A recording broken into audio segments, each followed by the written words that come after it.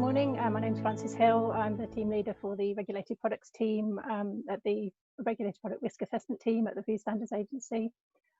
So I'm going to talk a little bit today about, give a brief introduction on how we would be assessing the safety of CBD and novel foods in general. I'm also going to give a brief outline of our risk analysis process, and I'll go into that in quite a bit more detail, and then I'll go sort of focus in on CBD. So Paul's already covered the fact that we've obviously now left the European Union. We're now in a transition period, but we're still abiding by European regulations, and this is obviously going to change at the end of December. Then we'll be starting to regulate our own food system. So we've got a commitment to ensure that the UK food is safe and what it says it is. We also need to maintain the high standards of food safety and consumer protection that we enjoy in this country following the end of the transition period. And also we have a commitment to put in place a robust and effective regulatory regime, which will mean that businesses can continue to run as normal. So all of these are integral to our Food We Can Trust strategy, which is available on our website at www.food.gov.uk. So we all know that the UK consumer has a desire for innovation within the food sector, and us as the regulator have to try to balance this with a proportional oversight to ensure the safety of the food chain, and this is the purpose of the novel foods regulations with regards to novel foods coming onto the market, so CBD would fit under that umbrella. So we've been working hard over the last couple of years to prepare ourselves for a future outside the European Union. So we've put a number of strands to work together. Firstly, we've developed our risk analysis process, and I'll go into that in a lot more detail at in the next few slides. We've also separated our risk management and risk assessment functions, and this is in line with international best practice. We recruited around 140 additional scientific and policy experts to support our process. These are internal staff as well as experts, independent experts from various walks of life who can advise us. And we've also developed a new service to be able to accept applications. You'll probably hear a little bit more about that later. Unfortunately, the service isn't quite up and running as yet, but we hope for it to be soon. So this slide shows our risk analysis process. I know it looks very complicated, and I don't want you to look at it in too much detail. I just want to highlight the different colours. So the green steps would be the risk management steps, and they would be the steps that are dealt with by Paul's team. The blue steps are the risk assessment steps, and they would be dealt with by my team. And the darker green steps are the risk communication, which sort of flows throughout the process. So the risk analysis process is anticipated to be used for all cases where a risk assessment will be used, not just for novel foods. So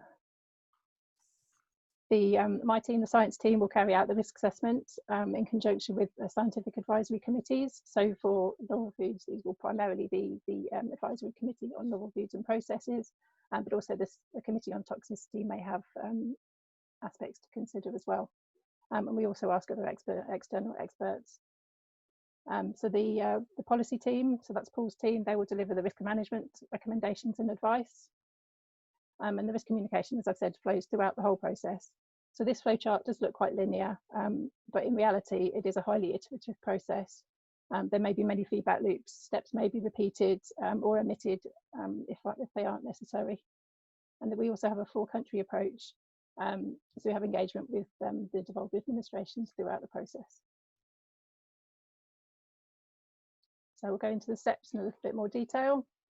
So step one is where, in the case of novel foods, it would be where the applicant would be contacting Paul's team for the initial liaison to discuss the submission of their novel food dossier.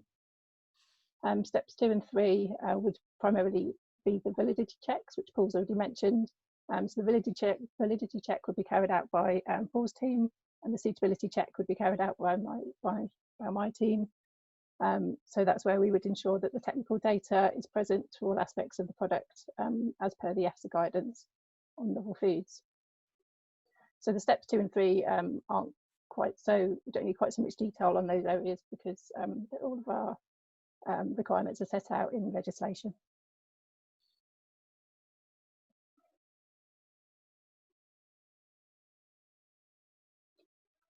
So steps 4 and 5.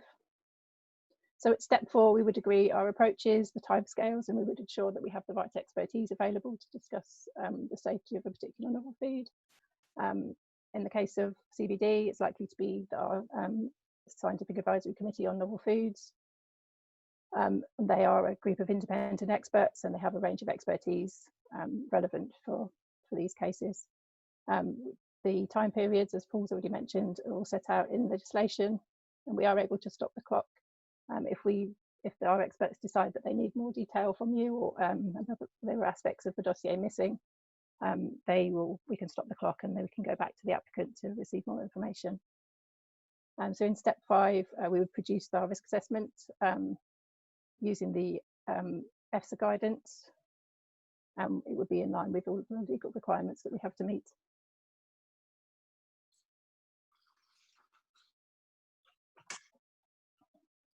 So step 6 would be the quality assurance step, where our advice would be quality assured. So all of the all of the dossiers would go through the advisory committee, and also following their views, they can also go through the Science Council and our Chief Scientific Advisor, who provide an extra assurance step and challenge. In step 7, the risk assessment and any other information on legitimate factors for consideration are passed over to the risk managers. So that's Paul's team, and the evidence published where appropriate. There would also be a discussion between risk assessment and risk management to ensure that the risk assessment has been fully understood.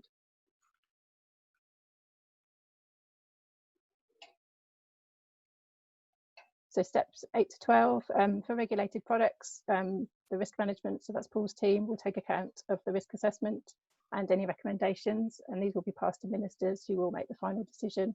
And if approved, the legislation will be drafted. So a bit more detail on step 8, the risk management recommendations are drafted and consulted on with other government departments and the devolved administrations, and the board may get involved for more controversial issues. And at step 9, the AFFF, which is an executive committee made up from the Food Standards Agency, Food Standards Scotland and other government departments. They may review the information and the recommendations. And at steps 10, 11 and 12 for regulated products, these are sort of lumped together, and that's where the risk assessment and the risk management advice are finalised and passed over to ministers for their final decision. So, as I said, things have changed slightly since on leaving the European Union. So we've had to build on our UK structures and used our extensive experience of working with the European Union to develop our processes. We've pretty much transferred any existing legislation has been transposed directly into UK law. Now the final risk management decisions will be made by UK ministers. And we're choosing to use the European guidance for the time being. Obviously, these guidance have taken years to develop, and in order for us to draft our own guidance, it would take there would be a lot of effort involved. So at the moment, we're planning on using the European guidance for the time being. We're going to continue to use European tools and data sets where appropriate and where available, and also obviously there'll be a greater emphasis on the impact for the UK population. So this is a diagram of the novel food process. I think Paul's already gone into some detail on this already. So when the application is submitted to the Food Standards Agency via our e-portal, we would validate that within a month, and then after formally accepted. The assessment by the Food Standards Agency and by Food Standards Scotland, with input from the Advisory Committee on Novel Foods and Processes. So that can take up to 9 months if no further information is needed. But obviously, if we have to stop the clock, it would take longer. And following the opinion, the FSA have got 7 months in which to draft the legislation and get the final agreement by the UK ministers. There is a separate process for traditional foods, but this isn't relevant for CBD. And the requirements for dossiers and safety assessment are enshrined in FSA guidance and EFSA guidance and law, respectively. So CBD in particular, you may or may not be aware, but the Committee on Toxicity have discussed a draft position paper, and this is going to be published within the next 4 weeks. So we should know a little bit more about the areas of concern that the COT have. They have concluded that adverse effects could not be ruled out at exposures of greater than or equal to 1 milligram per kilogram body weight or 70 milligrams per day in a 70 kilogram adult, but they are hoping to get more data. And the COT and FSA are recommending that CBD should not be consumed by pregnant or breastfeeding women or people taking other medication.